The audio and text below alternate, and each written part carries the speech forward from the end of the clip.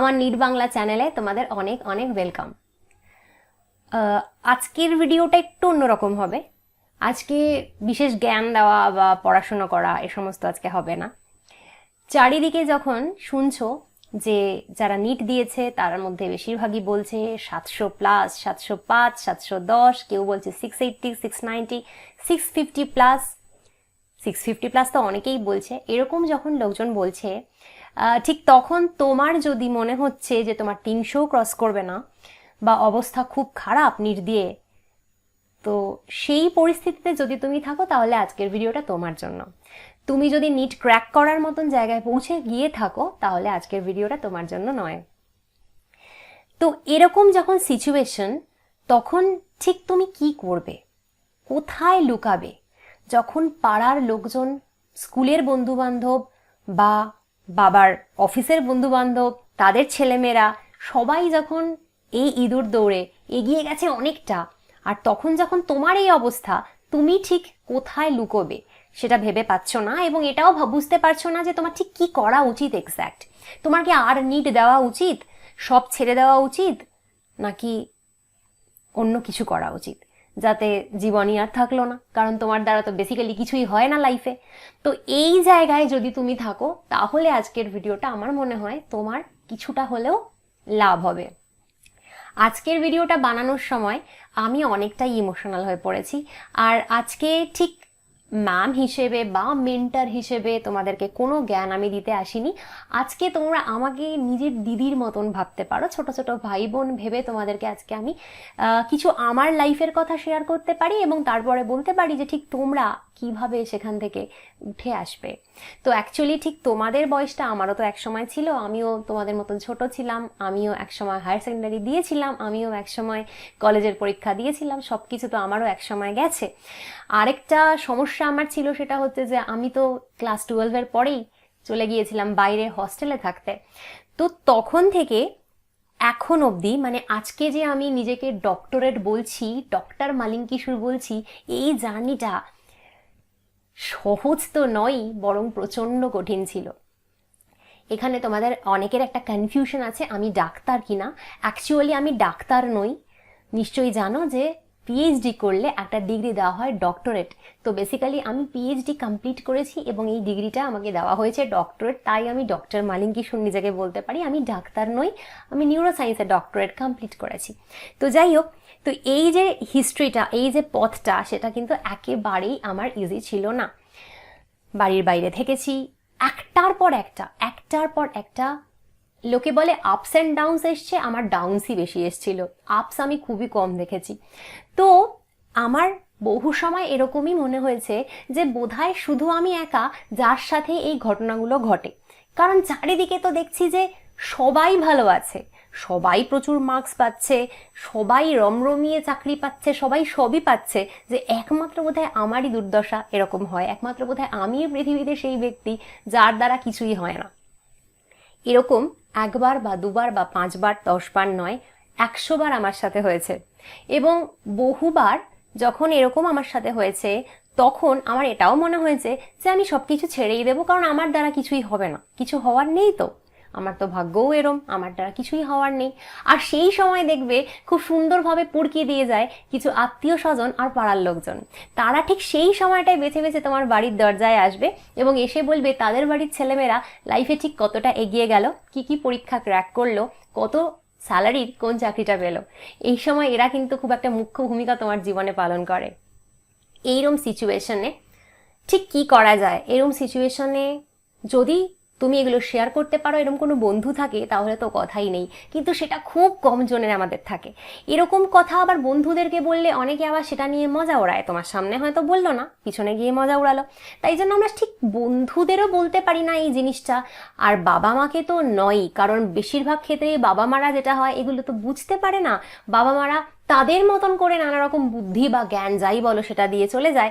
তাদের সাথে আমাদের বয়সের যে গ্যাপটা, সেটা ছিল, সেটা আছে, সেটা থাকবে, সেটা পূরণ কখনোই হবে না। তাই তারা তাদের মতন করে বোঝাবে। তারাও হয়তো ভুলে যায় যে তারাও একসময় তোমার বয়সের ছিল। তো বাবা মারাও কিন্তু এই সময় ঠিক প্রপার সলিউশন নন। তাহলে এই সময় তুমি কি করবে? আমি ধরে নিলাম তোমার নিট পরীক্ষা অত্যন্ত খারাপ হয়েছে, তোমার কোনোভাবেই এই বছর নিট পাওয়ার আশা নেই, এবং কোয়েশ্চেন দেখে তোমার এটাও মনে হচ্ছে যে আদৌ কোনো বছরই তুমি নিট পাবে কিনা। তো নিট তো জীবনের একটা পার্ট। 21 লক্ষ বাচ্চা নিট দিয়েছে, 1 লাখেরও কম বাচ্চা সিলেকশনে চান হবে। তো সেখানে 20 লক্ষ বাচ্চা, তারা তো তোমারই মতো, তাই না? তাহলে তুমি তো একা নওই, বরং রয়েছো তুমি সেই 20 লাখের ভিড়ে, যেটা হয়তো তুমি চোখ মেলে দেখতে পাচ্ছ না। এটাই একটা ডিফারেন্স। এইবারে আমার যখন যখন এরকম ঘটনা ঘটেছে জীবনে, নানা রকম ঘটনা, যখন আমার প্রত্যেকবারই মনে হয়েছে আমি ছেড়ে দেবো, আমার দ্বারা কিছুই হবে না, আমি বোধহয় পৃথিবীর সব থেকে নিকৃষ্ট স্টুডেন্ট, এরকম যখনই আমার মনে হয়েছে, এই জিনিসটা মনে হওয়ার সাথে সাথে ডিপ্রেশন হওয়া খুব স্বাভাবিক, আমারও হয়েছে, বহুবার হয়েছে। তো এরম ঘটনা যখনই হয়, আমি প্রত্যেকবার কি করতাম, আমি খুব সহজ একটা সিচুয়েশনে বিশ্বাসী। সেটা হচ্ছে যে যখন তোমাকে কেউ বোঝার নেই বা কাউকে তুমি কিছু এক্সপ্লেন করতে পারবে না, এমনকি সেটা তোমার বাবা মাও নয়, সেক্ষেত্রে একটু ব্রেক নিতে হয়। ব্রেক কিসের থেকে নিতে হয়? দেখো, তুমি তো এখন বাড়ি থেকে চলে গিয়ে পাহাড়ে চলে যেতে পারবে না সাধু সন্ন্যাসী হয়ে, তোমাকে বাড়িতেই থাকতে হবে, 10টা লোকের মধ্যেই তোমাকে থাকতে হবে। কিন্তু মেন্টাল ডিস্টেন্স তৈরি করতেই পারো। তুমি সবার থেকে একটা ছোট করে ব্রেক নাও। এই ধরনের আলোচনা, এই ধরনের ডিসকাশন বাড়িতে যাই হচ্ছে, তুমি তো রোধ করতে পারবে না, তুমি চুপ করে থাকো। সেই সময় চুপ করে থাকো, এগুলোর কোনো উত্তর এই মুহূর্তে দিও না। এই মুহূর্তে ওটা এগুলোর উত্তর দেওয়ার মুহূর্ত নয়। এবং যদি বাড়িতে কেউ চলে আসে, কোনো আত্মীয় স্বজন বা ফোন আসে তোমার খবর নিতে যায়, তুমি বলো আমার শরীর ভালো নেই, আমার এখন ভালো লাগছে না এগুলো নিয়ে কোনো কথা বলতে। তো একটু সব কিছু থেকে সরে আসো, একটু সব কিছু থেকে নিজেকে একটা ব্রেক নিতে হয় এই সময়। এবং প্রথম যখন ব্রেকটা নেওয়া শুরু করবে, তখনই ভাবা যায় না যে আমি ঠিক কি করব ভাবতে গেলেও একটা মেন্টাল স্টেবিলিটি দরকার হয়। সেটা যখন আমাদের জীবনে ভাঙন আসে, সেই স্টেবিলিটিটা আমাদের সেই সময় থাকে না। তাই কি করব এখন তুমি ভেবো না, তুমি কি করবে, পরের নিট দেবে কি দেবে না, ইন ফিউচার কি করবে, তাই নিয়ে আমার চ্যানেলে ভিডিও আসতেই থাকবে একটার পর একটা। আমি তো আছি তোমাদেরকে হেল্প করার জন্য। তো সেরকম ভিডিও তুমি প্রচুর পাবে, সেটা এখন সময় না সেটা দেখার। এই মুহূর্তে কি করবে ভাবার দরকার নেই, নিট তোমার দ্বারা হবে কিনা ভাবার দরকার নেই, কলেজে পড়বে কিনা, চাকরি করবে কিনা, আবার নিট দেবে কিনা, ড্রপ দেবে কিনা, কিচ্ছু এই মুহূর্তে তোমার ভাবার দরকার নেই। তো এই সময় তুমিও 2-3 দিন ব্রেক নিয়ে নাও। ব্রেক বলতে সবকিছুর থেকে ব্রেক, এবং স্পেশালি সোশ্যাল মিডিয়া থেকে ব্রেক। যেখানে দেখছো খালি নিটের কোয়েশ্চেনের আনসার দেওয়া হচ্ছে, তুমি সব ভুল করেছো, বাকি সবাই কমেন্ট করে বলছে ঠিক করেছে, সেই ধরনের সবকিছু থেকে ব্রেক। সবকিছু থেকে ব্রেক নিয়ে নাও 2-3 দিন। নিয়ে শুধু এটুকু নিজেকে বোঝাও যে এই মুহূর্তে যখন তোমার পাশে কেউ নেই, তুমি তো তোমার পাশে আছো। প্রত্যেকের জার্নি কিন্তু আলাদা হয়, তোমার জার্নি আলাদা, আমার জার্নি আলাদা, আরেকজনের জার্নি আলাদা। আমরা কেউ কাউকে জাজ করতে পারি না যে সে কিসের মধ্য দিয়ে গেছে, আমরা তো জানি না। তাই জন্য তোমার এই মুহূর্তে এই ব্রেকটার খুব প্রয়োজন, আর নিজের পাশে থাকাটা খুব প্রয়োজন। হয়তো তুমি ভালো টিচার পাওনি যিনি তোমাকে বুঝিয়ে পড়াতে পেরেছিলেন, হয়তো তুমি ইংলিশ ভালো করে বুঝতে পারতে না, সেই জন্য তোমার প্রবলেম হয়ে গেছে, হয়তো বেঙ্গলি মিডিয়াম থেকে নিট দিতে গেছো বলে প্রশ্ন বুঝতে কোনো সমস্যা হয়ে গেছে, হয়তো প্রচুর এমসিকিউ প্র্যাকটিস করার বই পাওনি, বা হয়তো কোনো কারণে পড়াশোনাটাই একটু কম হয়ে গেছে, হতে পারে প্রত্যেকটাই। কিন্তু সেটা তো আরেকজন বুঝবে না। তাই জন্য তুমি তো জানো তুমি প্রচুর চেষ্টা করেছিলে, তোমার ইচ্ছে ছিল, কিন্তু হয়নি। ঠিক আছে, তাহলে এই মোমেন্টে এটা একটু মেনে নিয়ে নিজেকে নিজের ভালোবাসাটা দাও।